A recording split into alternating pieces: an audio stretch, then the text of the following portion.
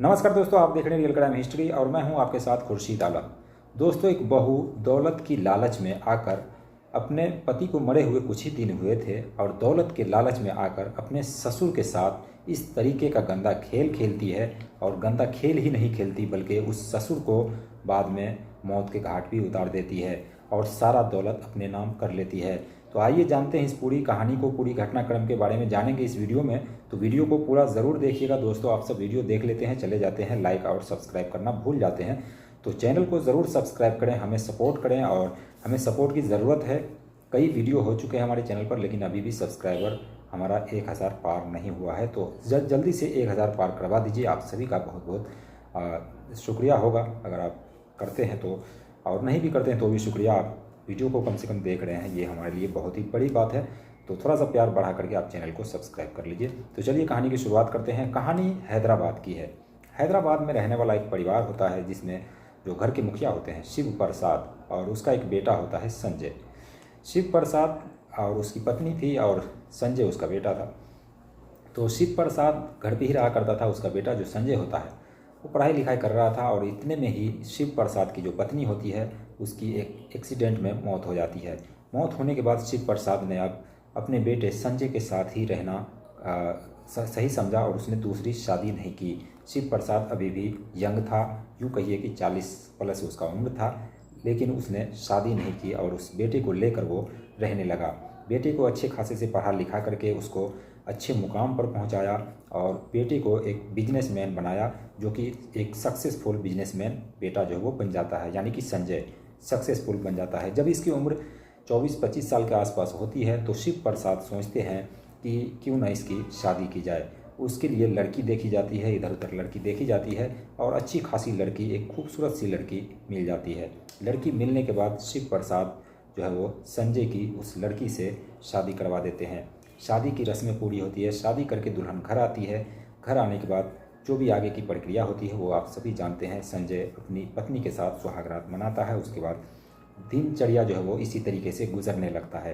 करीब 6 महीने का वक्त बीतता है। 6 महीने का वक्त बीतने के बाद ये जो संजय है वो बिजनेस में काफ़ी अच्छे तरीके से वो तरक्की कर रहा था और अपनी पत्नी को कम वक्त दे रहा था और बिजनेस पर ज़्यादा फोकस कर रहा था।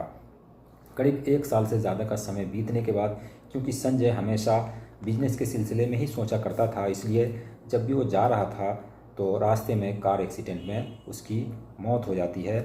जो मौत की खबर ये लोग सुनते हैं, शिव प्रसाद और उसकी जो बहू होती है कोमल, ये दोनों भागे भागे जाते हैं और संजय को लेकर हॉस्पिटल पहुंचते हैं, लेकिन डॉक्टर उन्हें मृत घोषित कर देते हैं।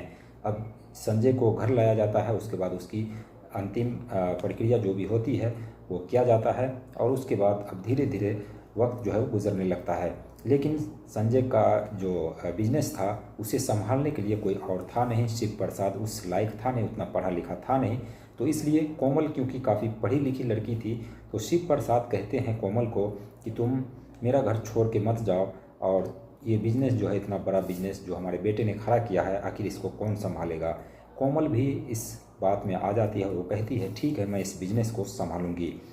बिजनेस को वो संभालने लगती है। करीब 1-1.5 साल में बिजनेस जो है काफ़ी तरक्की पर चला जाता है, काफ़ी अच्छा बिजनेस जो वो चलने लगता है।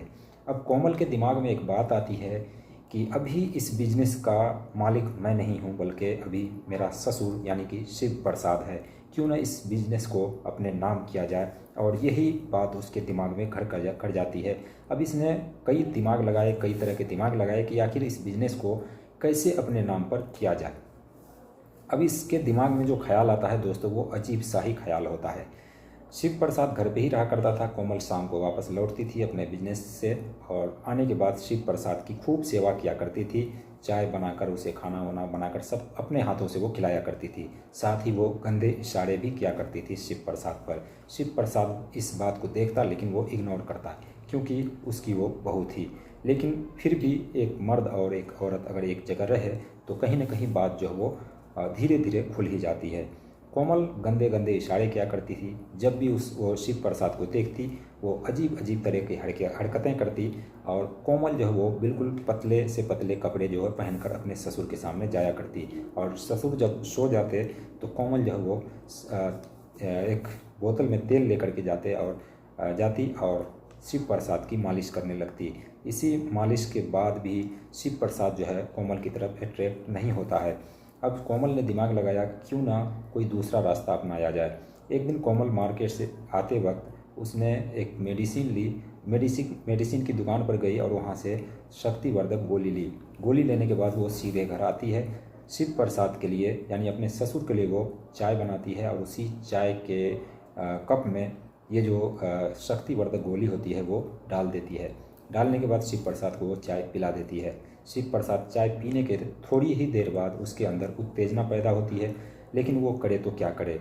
और इधर कोमल जो है वो खाना पीना खा करके एक पतला सा कपड़ा पहनकर वो जो है अपने ससुर के सामने आती और जाती थी। और शिव प्रसाद उसको देखा करता था, क्योंकि उसके अंदर जो हैवानियत जाग उठी थी उसे शांत करने वाली कोई और थी नहीं कोमल के अलावा।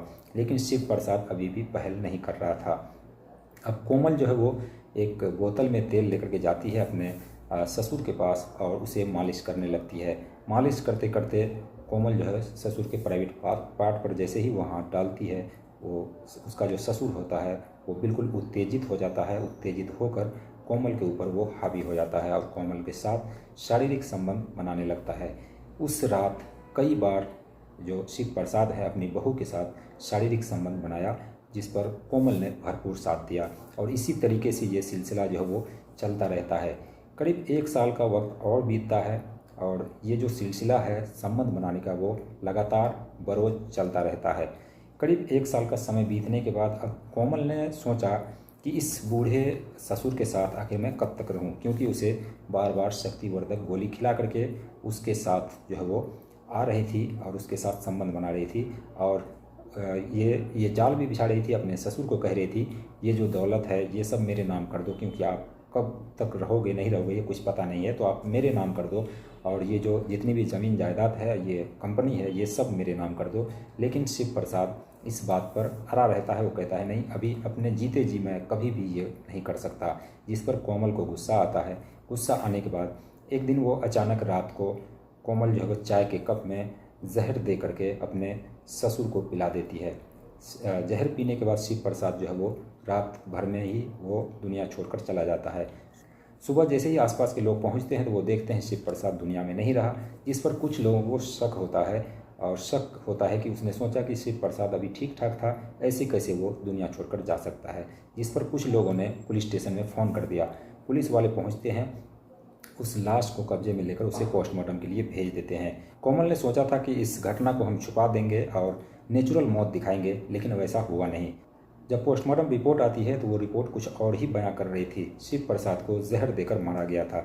जिसके बाद पुलिस वाले जो है फ़ौरन कोमल को गिरफ्तार करते हैं, उससे कड़ी पूछताछ करते हैं। फिर भी वो बताने के लिए तैयार नहीं थी, लेकिन किसी तरीके से पूछताछ करने के बाद कोमल जो है वो टूट जाती है और सारा राज उगल देती है। दरअसल वो कहती है मेरा पति जो है वो करीब मेरे शादी के 1-1.5 साल बाद ही गुजर गए थे, और क्योंकि दौलत बहुत ज़्यादा था इनके पास, इसलिए मैंने दौलत को हथियाने के चक्कर में ये सारा कारनामे हमने किए हैं। दौलत की हमें लालच थी और मैंने ही अपने ससुर को मारा है। और उसके बाद पुलिस जो है वो कोमल को गिरफ्तार करके जेल की सलाखों के पीछे हमेशा हमेशा के लिए डाल देती है।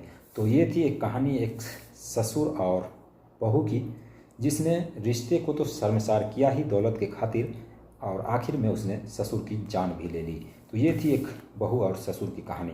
बाकी दोस्तों, इस कहानी को सुनाने का मकसद किसी की भावनाओं को ठेस पहुंचाना नहीं, बल्कि आप सभी को जागरूक करना था कि लोग कौन कब बदल जाए और कौन किस पर किसकी नीयत ख़राब हो जाए ये कह नहीं सकते।